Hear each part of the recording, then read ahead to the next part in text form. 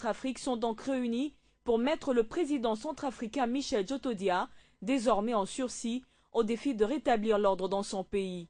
Il est accusé de ne pas avoir réussi à maîtriser la situation depuis qu'il est entré à Bangui en mars 2013. Et à la cérémonie d'ouverture, qui était très courte, le président de la transition centrafricaine est apparu l'air absent. Michel Djotodia semble plus seul que jamais. Après avoir été désavoué publiquement par François Hollande il y a un mois, certains observateurs le disent lâché par Idriss Déby et selon une source diplomatique, il serait même prêt à quitter le pouvoir. Après l'ouverture des travaux, s'en est suivi un huis clos qui, en plus des chefs d'État, a associé les trois têtes de la transition centrafricaine et aussi des représentants de la communauté internationale, soulignant que les principaux présidents des pays membres de l'organisation participent à ces assises, le Congolais Denis Sassou Nguesso, médiateur de la crise, les chefs d'État de la RDC Joseph Kabila, du Gabon Ali Bongo Ondimba et de Sao Tomé Manuel Pinto da Costa. Selon l'ordre du jour, les débats se poursuivront jusqu'à vendredi matin. Retour au pays. L'Assemblée nationale a clôturé le débat général hier mercredi sur le projet de loi de finances 2014. Beaucoup de questions des élus adressées au Premier ministre, questions auxquelles il répondra vendredi au cours d'une plénière consacrée à cette fin. Un invité dans ce journal pour en parler, Hubert Tetika, il est député national de l'Alliance pour le renouveau du Congo, élu de Kasongo-Lunda. Bienvenue. Merci. Alors, première question, avec un peu plus de 8 milliards de dollars, le gouvernement est-il réaliste dans ses prévisions budgétaires? Bon, oui et non à la fois, parce que bon, par rapport aux moyens dont il dispose, donc aux ressources dont il dispose, on peut dire qu'il était un peu réaliste, mais par rapport à ce qui devrait être le véritable budget de ces pays, je pense que ce n'est pas réaliste. Est-ce que Matata Ponyo a bien orienté le budget des dépenses pour que tout le monde se retrouve? Non. Sur ce plan-là, il y a vraiment une nécessité de réorientation parce qu'on trouve dans ce budget, en ce qui concerne les dépenses, bien sûr, on trouve que voilà, 50% des recettes du budget, des dépenses, elles ne concernent que le fonctionnement et la rémunération. On n'est pas contre la rémunération, on n'est pas contre le fonctionnement de l'appareil de l'État, mais on sait la difficulté qu'on a de contrôler l'usage ou l'utilisation de cette rubrique de fonctionnement. Vous savez bien que les frais de fonctionnement partout sont à la merci de ceux qui les gèrent. Donc on ne pouvait pas prendre la moitié de tout un budget et affecter à cette rubrique. Donc ce qui n'est pas normal. Bon, il y a aussi autre chose. Ça a occasionné tout ça, automatiquement une baisse, et ce qui est grave, une baisse de budget des dépenses productives. Et puis on a vu, ce qui est encore plus grave, c'est qu'on a baissé le budget des dépenses des infrastructures de 50%. Donc ces budgets des dépenses est parti de 12% en 2013 à 6,4%. Alors dites-moi, comment va-t-on soutenir la vision des modernités du chef de l'État si on réduit l'enveloppe même qui consiste à créer des infrastructures? Donc il y a un vrai problème. Et dans l'entretemps, on trouve encore que le gouvernement augmente de 20%. De 20% les recettes pour la consolidation du cadre macroéconomique.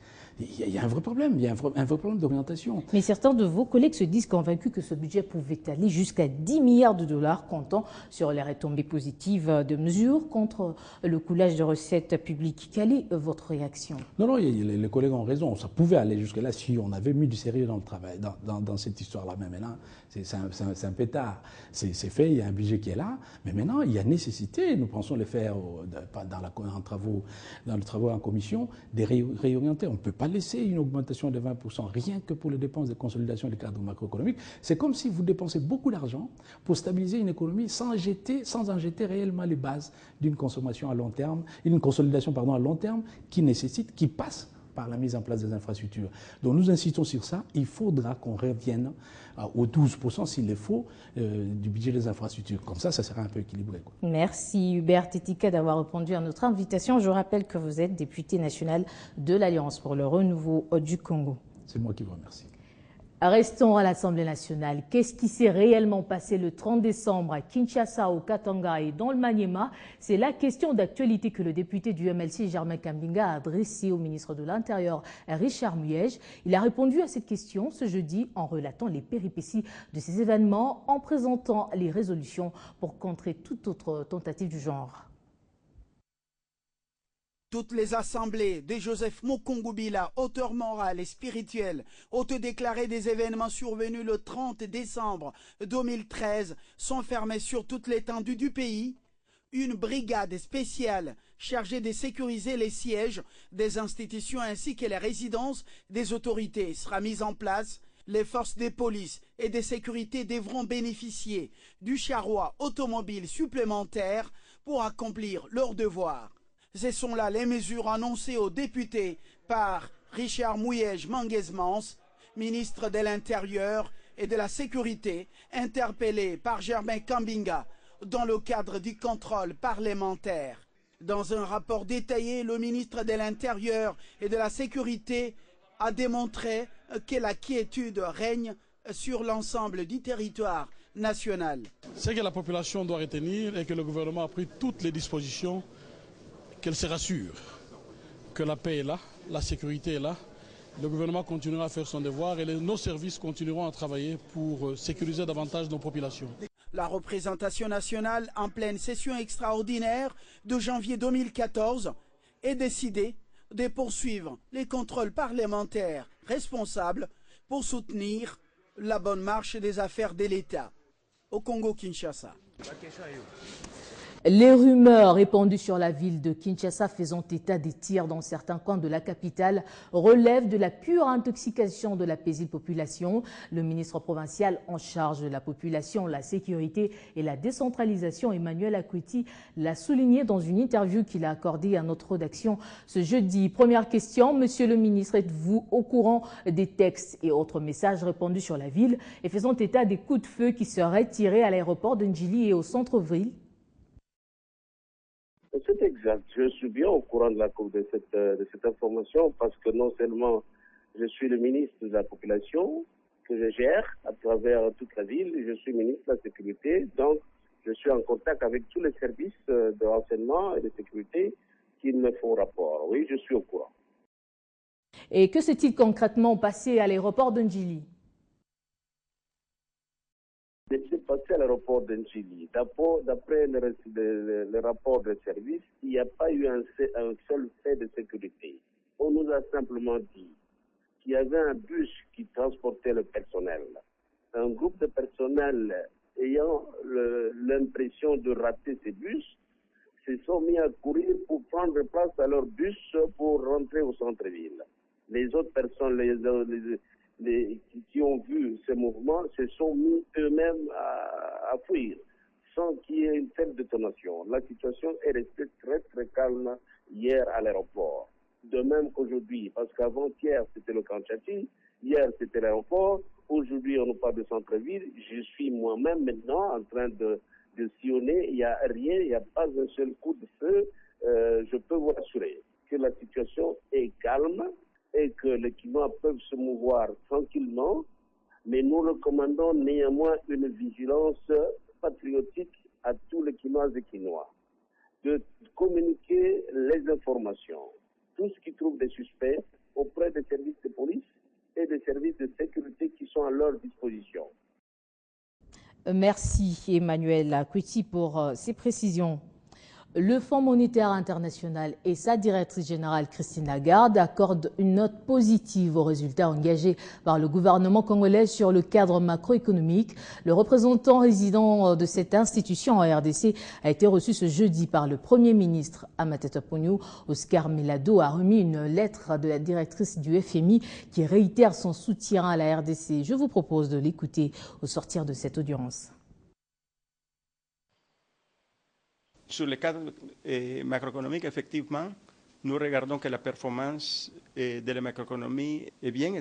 C'est une économie performance, con le taux de croissance de 8,3 en 2013 et la possibilité de taux de croissance de 2 digits 2014 et 2015, une inflation maîtrisée. Mais la grande tâche maintenant, c'est le développement du pays. C'est l'investissement sur le secteur social et c'est le partage de la croissance à la population et améliorer le niveau de vie de la population. Autre chose à présent, le ministre des ITPR, Fridolin Kassoui, a visité les services sous sa tutelle dans l'Office des voiries et drainage. Une visite inaugurale de l'année 2014 qui s'inscrit dans le cadre d'encourager les cadres et agents de l'OVD pour plus de réalisations en cette année 2014. Mathieu Kamango était présent. Jeudi, 12h, les décorés bon enfant au siège de l'OVD pour accueillir Fridolin Kassoui, le ministre des tutelles.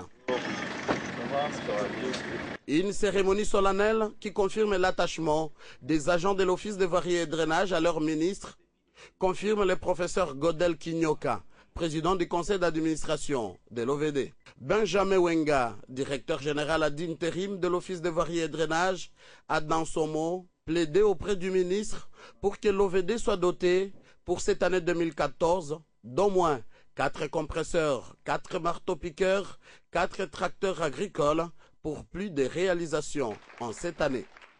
Le ministre Kassoui a reconnu que l'OVD travaille dans des conditions difficiles, mais malgré cela, cette institution arrive à traduire la vision du chef de l'État Joseph Kabila, la révolution de la modernité, en réalité. La modernisation des routes à Kinshasa en est une preuve. Tandis qu'un établissement public comme l'OVD, c'est d'abord satisfaire aux besoins de la population essentiellement, à n'importe quel prix. Je suis de ceux-là qui veuillent que l'amélioration soit continue et donc il faut que l'OVD s'appuie énormément sur ses atouts et les acquis de 2013, mais que l'on cherche aussi à améliorer ce qui doit l'être. Mais l'OVD a toujours été à la hauteur de la demande du gouvernement et devra faire plus, faire davantage.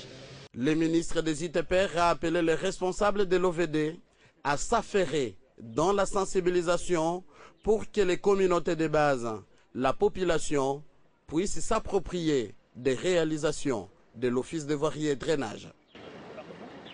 Les événements du 30 décembre dernier, on en parle encore. Suite à cette situation d'insécurité qui a prévalu dans le pays, la communauté Balubakat, vivant à Kinshasa, qui l'a passé en revue, a fustigé cet acte terroriste. Tous les présidents des territoires ont, dans une déclaration, manifesté leur soutien au chef de l'État, qu'ils considèrent de leur digne fils. Déclaration de la Balubakat. Pointé parfois du doigt d'être à la base de l'insécurité qui sévit notamment dans le Katanga, à travers cette déclaration, la Balubakat rassure son attachement aux institutions de la République condamnant les événements du 30 décembre dernier. La Balubakat désavoue et condamne avec la toute dernière énergie les agissements et comportements inciviques du sieur Mukungubila qui, de manière délibérée, a résolu avec ses complices à déstabiliser les institutions de la République. La Balubakat met en garde toute personne ou tout traître à la nation et autres pécheurs en eau trouble, jaloux des actions que mène le chef de l'État pour la restauration de la paix et le développement de notre pays. À tout le peuple congolais, conformément à l'adresse du chef de l'État à la nation lors de ses vœux de Nouvel An, de rester très vigilant et de dénoncer tous les fauteurs de troubles. Ainsi, une partie du message en rapport avec ces incidents s'adresse au pouvoir judiciaire. La Balubakat demande instamment au pouvoir judiciaire de poursuivre et de sanctionner sévèrement toute personne, quel que soit son rang, trouvée auteur, co-auteur ou commanditaire de cette entreprise criminelle. À l'endroit du chef de l'État, la Balubakat rassure son attachement. La Balubakat rassure le président de la République, ce digne fils Louba, de son soutien sans faille et de son attachement à sa personne, pour son sens patriotique élevé et son engagement chaque fois renouvelé à défendre notre pays contre vent et marée. Cette déclaration est aussi un signe de la volonté de la communauté Balubakat de militer pour la cohésion nationale, prônée par le chef de l'État. En sport, pour finir, Trésor Mputumabi a coupé court aux spéculations par rapport à son transfert en Angola. Pour le capitaine des Corbeaux, il est et reste jusqu'à preuve du contraire joueur du tout-puissant Mazembe malgré les différentes sollicitations. Il a déclaré à Matadi dans le Bas-Congo à l'issue de l'audience que lui a accordé le gouverneur Jacques Madou, qui est aussi l'un de ses proches parents. Kadi Kolab. Nous sommes à Matadi, dans le Bas-Congo. 13 ans Poutou, en vacances avec sa femme, reçu par le gouverneur de province Jacques Mbadou, qui a saisi l'occasion pour lui prodiguer quelques conseils sur sa carrière afin de porter toujours haut